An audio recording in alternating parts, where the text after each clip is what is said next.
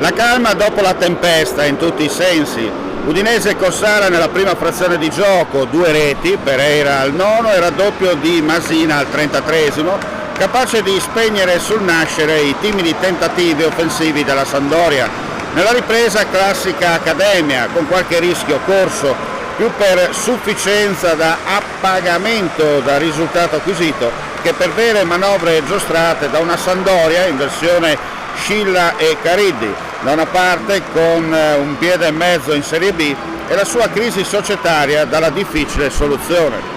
Al 70° minuto esatto entrano gli Ultras della Nord, dopo lo sciopero annunciato mezzo social ieri pomeriggio per solidarizzare verso i colleghi arrestati dopo il post partita turbolento di giovedì sera contro il Napoli.